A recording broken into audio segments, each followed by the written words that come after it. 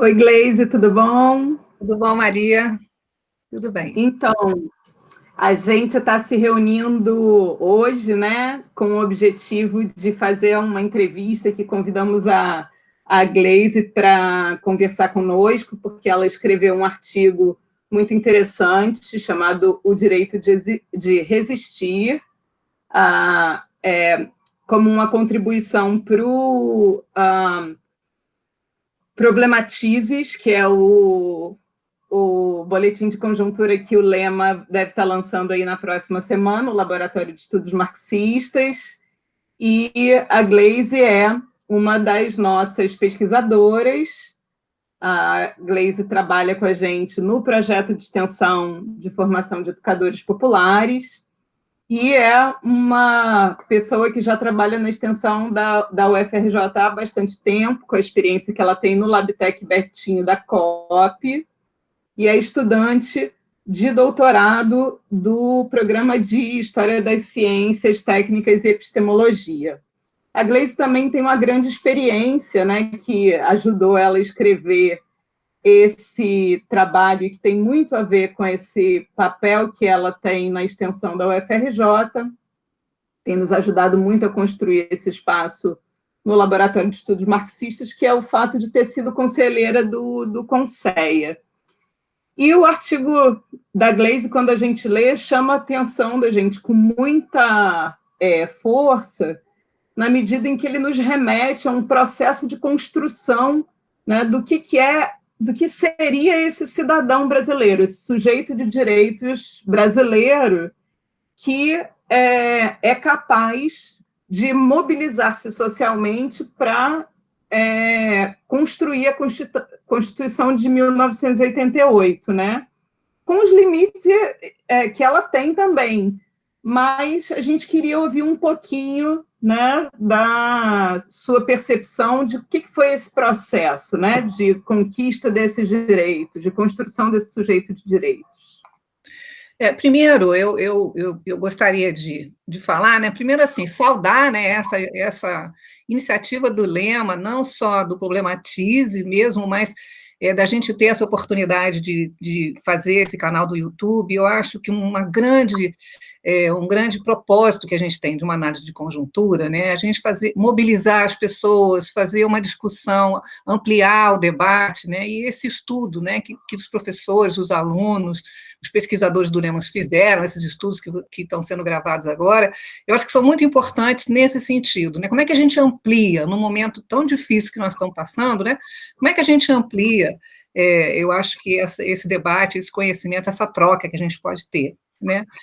Então, o meu pensamento no sentido o que a gente fez, né, que a gente pode pensar em relação a esse processo, que foi um processo de construção da cidadania no Brasil, e eu poderia dizer, e aí eu gostaria de citar 3 conceitos que eu acho muito importantes, né, sobre democracia que a gente tem, né. Então, o Betinho, ele fala que a gente precisa tem 5 princípios, que são os princípios base da democracia, que é liberdade, participação, igualdade, solidariedade e diversidade. Então, vai além de uma democracia só do voto, né. Então, esses princípios a gente vai olhar pensando, né, nessa construção desse sujeito de direitos, né, como é que todos esses princípios contribuem para isso, né. Então, a gente vai falar muito aqui sobre participação, sobre solidariedade.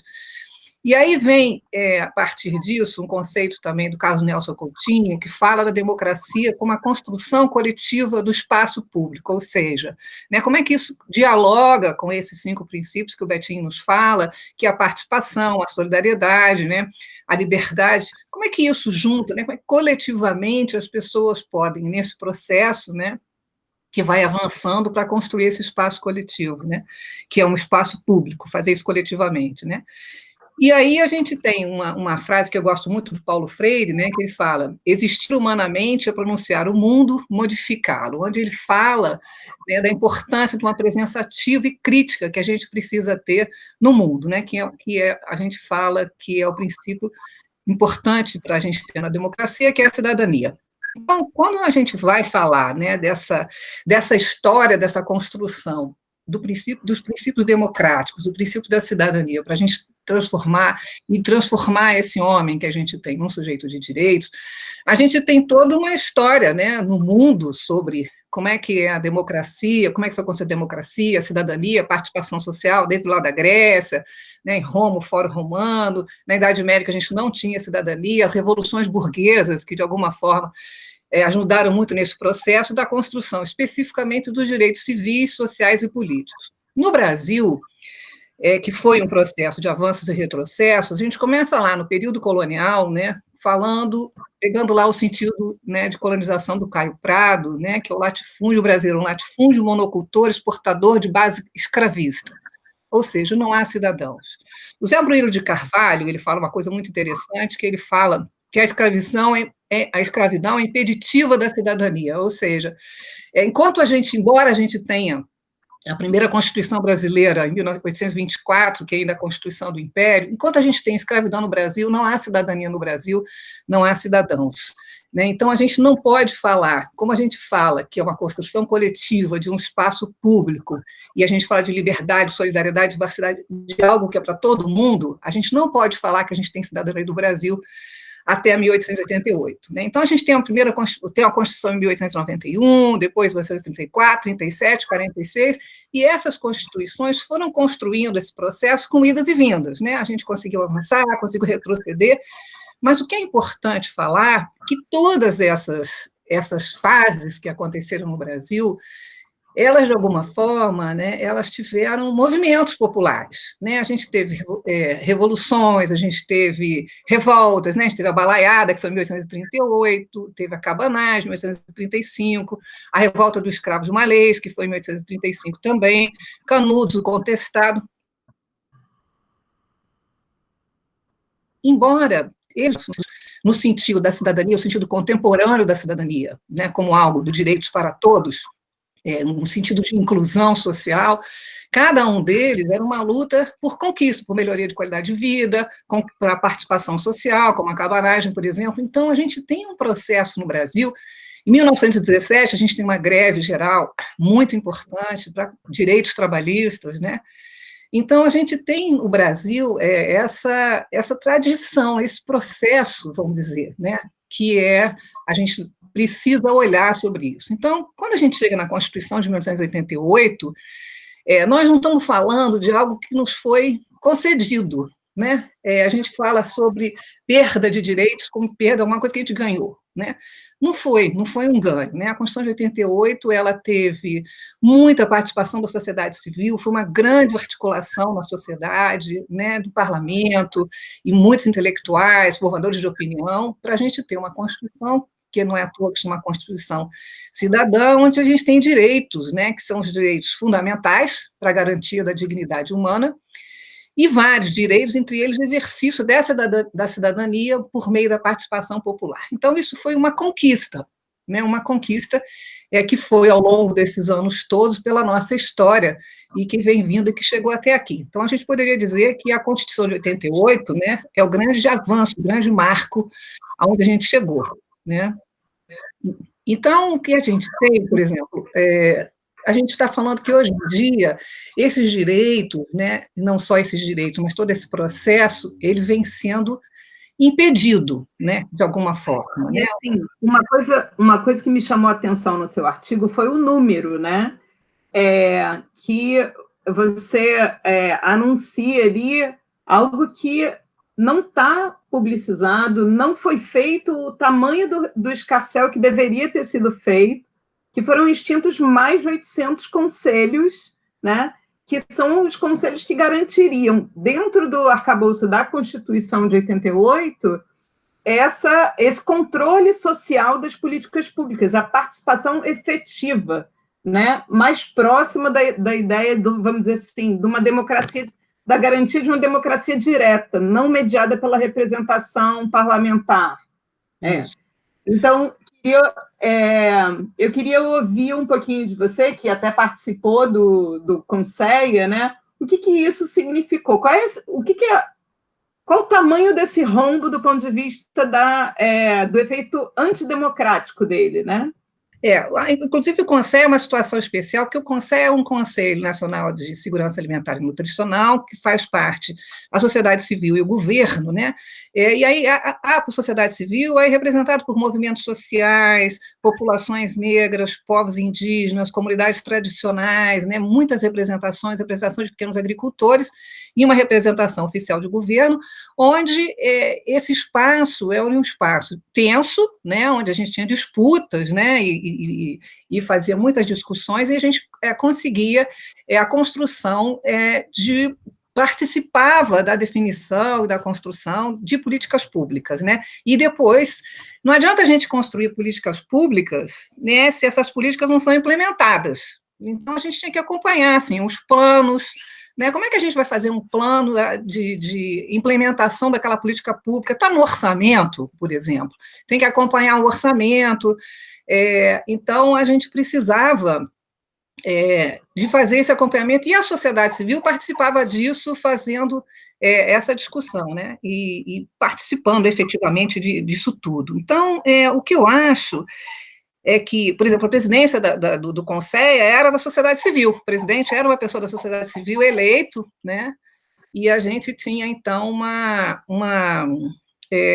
e o governo participava junto com a gente, né? Então, o que esse governo, né, que foi eleito agora em 2019, fez, no primeiro dia, né, 1º de janeiro, a primeira medida provisória definindo como é que funcionava o governo, a primeira coisa que a gente tinha era ele extinguiu o Conselho, extinguiu todos os conselhos que eram ligados à presidência da República. Não era um conselho deliberativo, era um conselho consultivo, que a gente fazia todo esse acompanhamento, e foi extinto, de cara.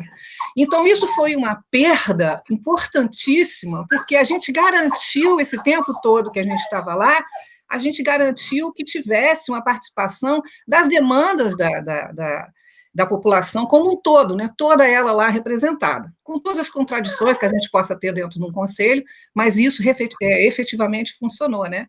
E aí, depois disso, em abril de 2019, foram extintos 800 conselhos. Então, se a gente for falar dessa democracia direta, né, dessa democracia participativa, dessa cidadania ativa e dessa participação popular, é uma perda, a meu ver, completamente assim, a gente perdeu o nosso direito constitucional, né, de participar da vida pública, no sentido de definir as políticas, definir o acompanhamento dessas políticas, ver se as coisas estavam funcionando, né, controlar efetivamente isso, né. Então, foi um decreto que extinguiu muita coisa, né, mas, mesmo assim, eu acho que é importante falar que, a partir de todos esses conceitos que a gente estava falando, de solidariedade, né, os trabalhadores, né, as pessoas que estavam, os movimentos, né, os coletivos todos que participavam institucionalmente dessa definição de políticas públicas, né, que eram regulamentados por lei, todos esses conselhos, não deixaram de se articular. Então, a gente teve uma grande articulação, por exemplo, né, pegando especificamente a questão da alimentação, da segurança alimentar e nutricional, a gente teve uma coisa muito importante, que foi a definição agora, né, recentemente, por conta dessa pandemia, a gente conseguiu articular e fazer com que o programa de aquisição de alimentos fosse implementado novamente, que tinha totalmente perdido o orçamento dele. O Programa Nacional de Alimentação Escolar também foi feito para a gente conseguir que as pessoas recebessem, né, as crianças que não estavam indo para a escola, recebessem nas suas residências esse recurso. Isso não funcionou, você vê que a gente está... o Estado é tão desarticulado que a gente tem 7 milhões de crianças sem receber alimentação, né? Isso foi ontem que saiu esse resultado, que foi feito uma avaliação de como é que a gente pode... Então, por mais que a gente consiga, de alguma forma, se articular, existe uma desarticulação no governo como um todo que não consegue fazer com que as políticas públicas cheguem na ponta, né? Por isso a gente tem 7 milhões de crianças passando fome. O Brasil, em 2014, saiu do mapa da fome e já está voltando, o que é um absurdo, né? Não dá para a gente aceitar que a gente tenha pessoas passando fome. E essa pandemia, ela aprofundou isso, aprofundou esse flagelo da fome, porque, por exemplo, essas famílias que recebiam, que as crianças recebiam a merenda escolar e que elas não recebem mais, muitas dessas famílias são as populações que já são mais vulneráveis, né? Então, elas agora têm que arrumar dinheiro, elas não estão trabalhando, não estão recebendo, arrumar dinheiro para dar comida para os seus filhos. Então, chegou num nível básico, né, de sobrevivência. É uma perda realmente muito importante, né? Sim, Gleisa, aproveitando que você tocou nesse tema, você pode explicar um pouquinho para a gente a importância desse programa de aquisição de alimentos para a manutenção das famílias do campo? O programa de aquisição de alimentos, né, o PAA, ele foi criado no âmbito do CONSEA, também no primeiro CONSEA, em 2003, e a ideia é que as compras públicas, né, elas sejam feitas de agricultores familiares, né? Então, todas as compras, por exemplo, de regulação de estoques, as compras para a escola, para alimentação escolar, para hospitais, as compras para as Forças Armadas, por exemplo, todas as grandes compras do governo, elas sejam feitas assim, né? Então, esse recurso ele é distribuído e os pequenos agricultores, os agricultores familiares, produzem e têm a garantia dessa venda dos seus produtos. Então, ele é importantíssimo porque ele traz dinheiro, né, recursos para o campo, né, para as pessoas que estão lá plantando e têm a certeza que vão ter os seus produtos comprados, os seus produtos, de alguma forma, sendo utilizados, né? Então, você consegue manter, né, os agricultores familiares produzindo e vendendo, né? Então, ele tem uma importância capital para esses pequenos agricultores, né? E o interessante, no Programa Nacional de Alimentação Escolar, a merenda escolar, por exemplo, 30% da alimentação escolar tem que vir desses agricultores. Qual é o objetivo? O objetivo é que aquela escola que está lá numa determinada região, ela crie, né, um círculo virtuoso ali, porque aquele agricultor ele vai produzir aquela alimentação que está ali, ele vai para aquela escola, né? A gente tinha uma coisa interessante que acontecia, que, por exemplo, a gente tinha uma escola no Nordeste que ia comer arroz, que ia comer uma dieta, arroz, uma dieta que fosse, que não tinha nada a ver com a realidade cultural deles, né? Então, a partir do momento que essa 30% dessa alimentação da escola, ela vem da região, né, a gente mantém até a cultura, né, daquilo que eles comem, daquilo que é feito, não de grandes compras do Brasil como um todo, né? Isso é muito importante para a gente respeitar essa cultura alimentar, né, que os alunos as crianças não têm que ficar comendo coisas que eles não reconhecem no seu dia a dia, né? Então, ambos os programas são importantíssimos para a produção do campo, né? Então, essa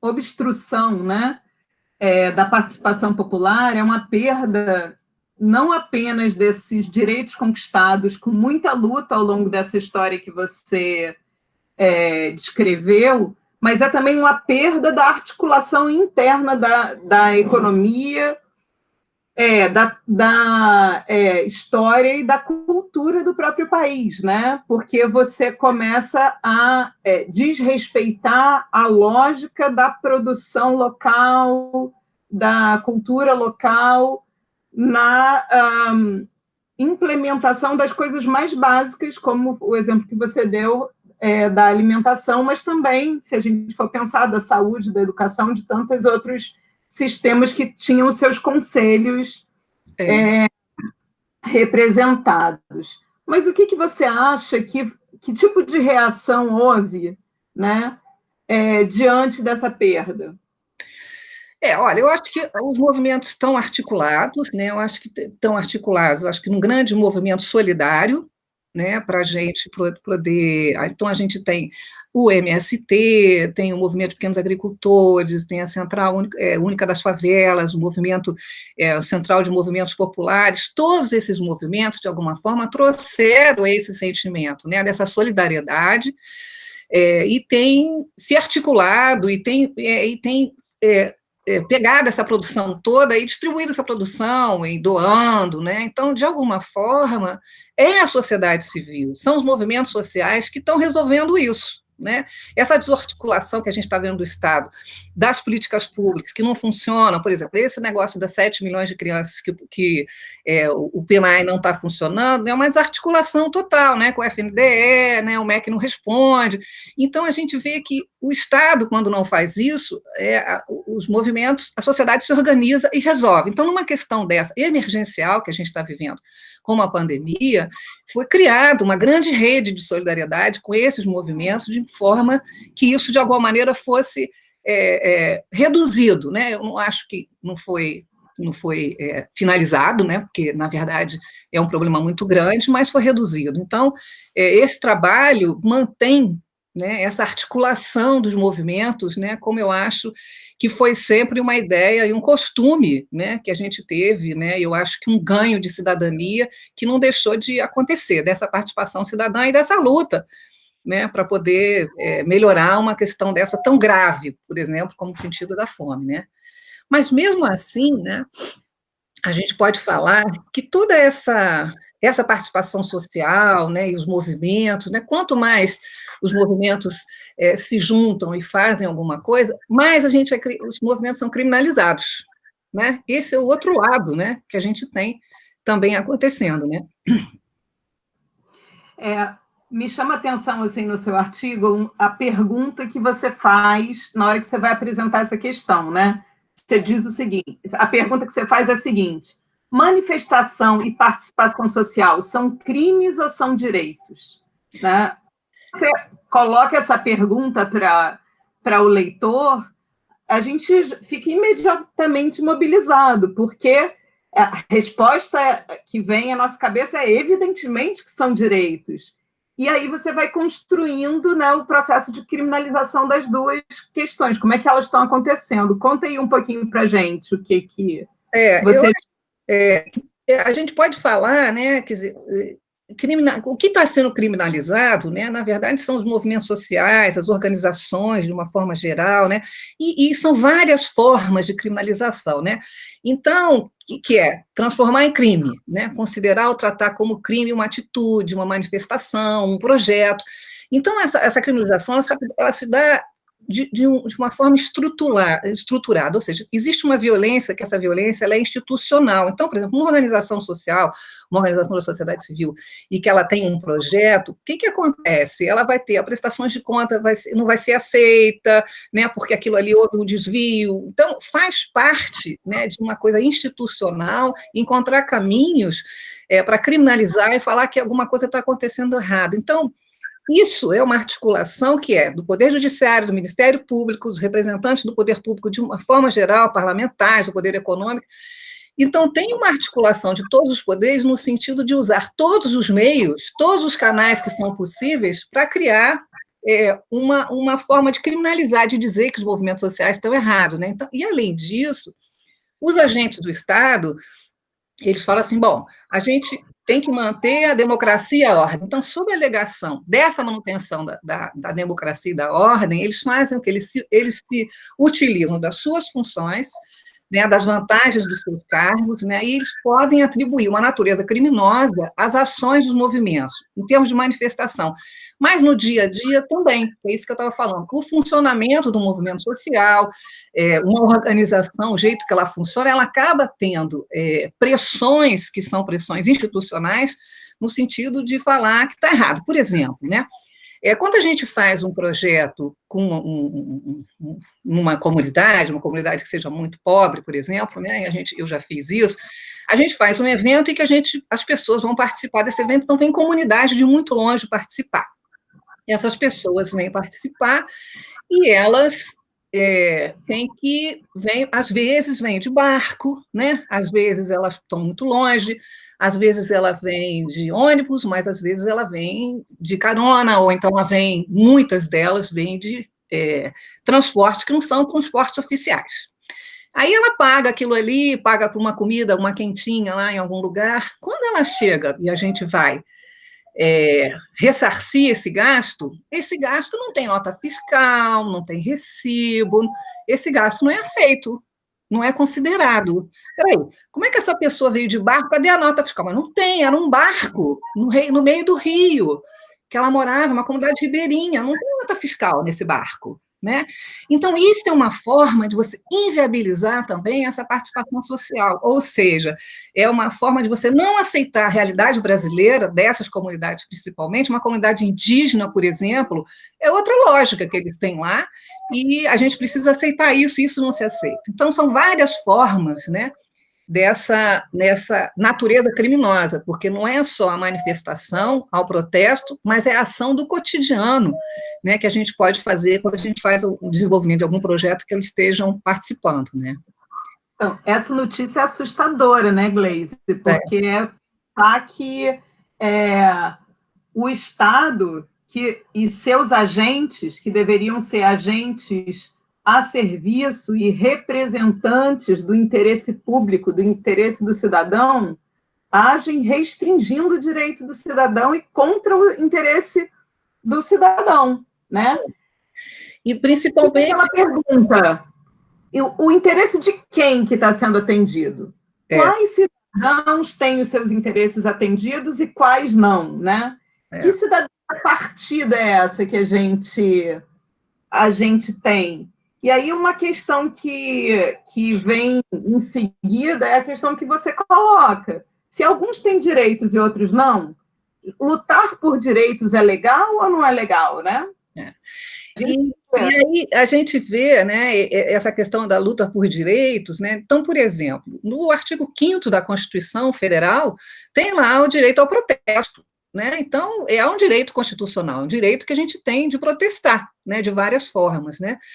Então, um exemplo que a gente tem aqui, que eu peguei para trazer um pouco essa realidade, né? A gente está falando de uma conjuntura, de um cenário que vem acontecendo, e esse cenário, ele é recente, né? A gente tem, assim, ancestralmente, nossas lutas pela terra, pelo acesso à água, né? Então, eu trouxe um relatório, que foi um relatório da Comissão Pastoral da Terra, que é o relatório Conflitos do Campo de 2019, né? O que aconteceu nos últimos 10 anos foi um crescimento vertiginoso da violência e do ódio contra essas populações envolvidas em conflitos no campo, né? E isso piorou muito no último ano, nos últimos 2 anos, né? Então, um número importante, mas em 2010 a gente teve 638 conflitos por terra e 87 por água. Em 2019, esse total foi 1.833 conflitos envolvendo 850 mil pessoas, ou seja, não é pouca gente envolvida em conflitos, né? Tanto por terra como por água. Em 2019, teve 32 assassinatos, 30 tentativas de assassinato, 201 ameaças de morte, 24 torturados, 104 presos e 82 agredidos. É inadmissível, né, que a gente tenha, né, os trabalhadores do campo, porque essas pessoas são trabalhadores do campo, que estão lutando pelo seu direito à terra, que estão lutando pelo seu direito de sobrevivência, porque eles precisam da terra para trabalhar, para produzir, né, e para sobreviver, e eles sejam mortos e agredidos nesse número que eu estou falando aqui, né. Então, o que aconteceu, esse ódio, né, ele foi tão grande o ano passado, em 2019, né, que os movimentos mudaram essa forma de luta, né.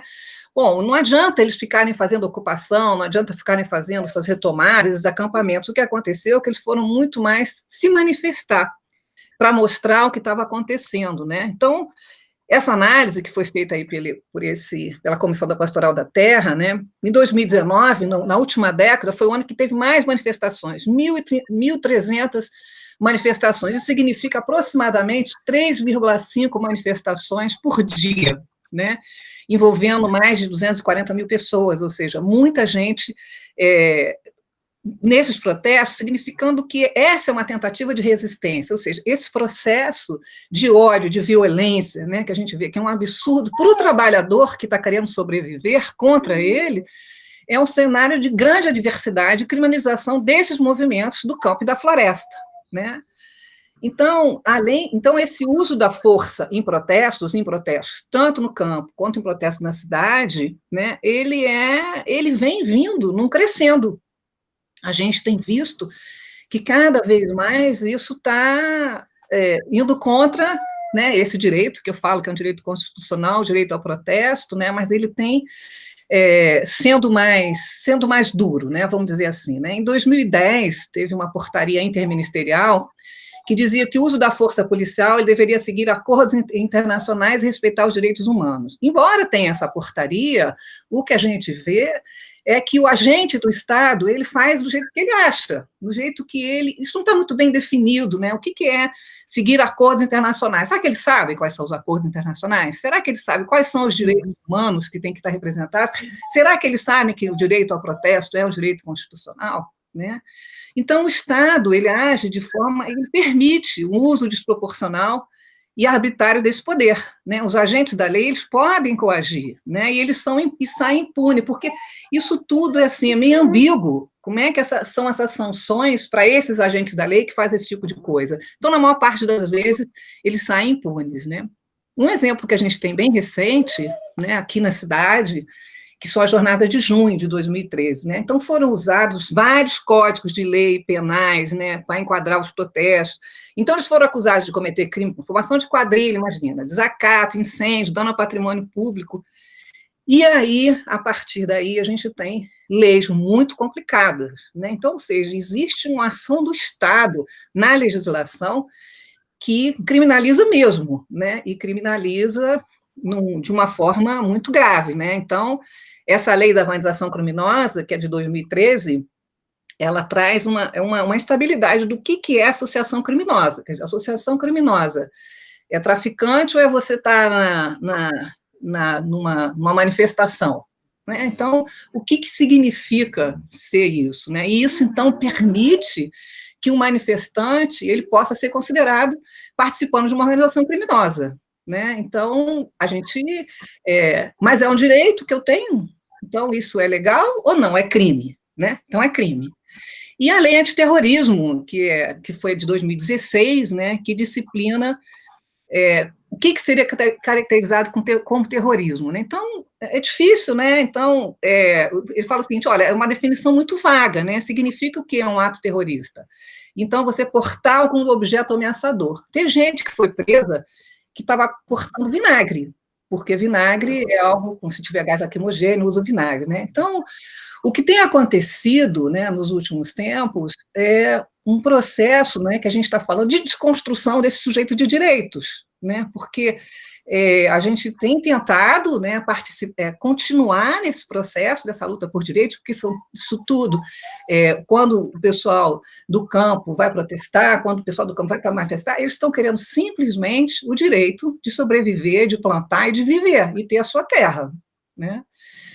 Não é nada demais, não é nada além disso, que é algo que eles têm, e a gente vê que cada dia fica mais difícil isso, né? Cada dia o Estado, né, nas suas ações institucionais, ele torna isso muito mais complicado do que era até então, né? Gleise, assim, a última coisa que eu queria te perguntar era o seguinte, a despeito desse quadro, né, um pouco desalentador no sentido dessa perda cada vez maior de direitos e das restrições progressivas à possibilidade de ter as formas de luta, né, e conseguir ter espaços para ser ouvido, ou mesmo espaços em que a gente consiga ocupar e colocar para fora as demandas necessárias, que sejam espaços nossos, que a gente construa. Ao mesmo tempo que isso está acontecendo, a gente continua vendo uma série de manifestações de solidariedade muito forte desses movimentos com pessoas que ainda estão em situações mais precárias do que as próprias pessoas que fazem parte desses movimentos que você até descreveu alguns, né? Eu fiquei muito impressionada, por exemplo, com a preocupação do pessoal do Movimento Nacional de Luta pela Moradia de produzir alimentos para a população de rua aqui no Rio de Janeiro, porque eles pensaram essas pessoas vão todas morrer, porque as lojas estão fechadas, os restaurantes estão fechados, as pessoas que doavam comidas para eles não estão circulando, e elas estão expostas a esse vírus terrível, né? Elas vão morrer, e vão morrer de fome, e vão morrer de vírus. Então, elas fizeram essa movimentação muito forte de arrecadação de recursos e produção de alimentos e distribuição desses alimentos, arriscando, em alguma medida, a própria vida, né, em nome dessa manutenção da vida do coletivo, né, da vida da classe. Esses movimentos de solidariedade de classe, nesse momento da pandemia, me marcaram muito. Então, eu queria um pouquinho que você fizesse assim, um balanço final para a gente do que você acha que, nesse contexto de pandemia, né, poderia descrever essa situação, né, que, ao mesmo tempo que a gente encontra essa perda de direitos e essa dificuldade de estar nesse nosso espaço, que é o espaço público, ao mesmo tempo você ter essas movimentações no sentido de tentar garantir que a classe não morra diante de uma pandemia num país tão desigual. O que você acha qual o balanço que você vê desse momento? Olha, na verdade, embora a gente fale essa coisa, né, que é tão trágica, né, de tudo que está acontecendo, eu tenho, assim, uma visão otimista, porque nós fizemos agora recentemente um banco de iniciativas, né? Esse banco de iniciativas, agora por conta da pandemia, que iniciativas da sociedade civil foram desenvolvidas para poder ajudar as pessoas. Então, a gente tem um banco de iniciativas, né, que tem mais de 400 iniciativas, só da sociedade civil, dos movimentos sociais, tem vários tipos. No Brasil... Aqui no Rio de Janeiro ou no Brasil todo? No Brasil inteiro, né? No Rio tem muitas também. Então, a gente está com o banco, esse banco está aberto, as pessoas podem entrar lá e colocar o que tem feito, e a gente fica muito, de alguma forma, satisfeita, né? Eu acho que assim, quando a gente vê aquilo lá e vê o seguinte, as pessoas não estão paradas, as pessoas criaram grandes movimentos de solidariedade, as pessoas se organizaram e estão conseguindo fazer alguma coisa. Então, a gente tem o pessoal que está se organizando, por exemplo, exclusivamente para dar alimentação para a população indígena, que não está conseguindo fazer isso, para vamos dizer assim, populações que são mais vulneráveis e para localidades também que não estão conseguindo chegar.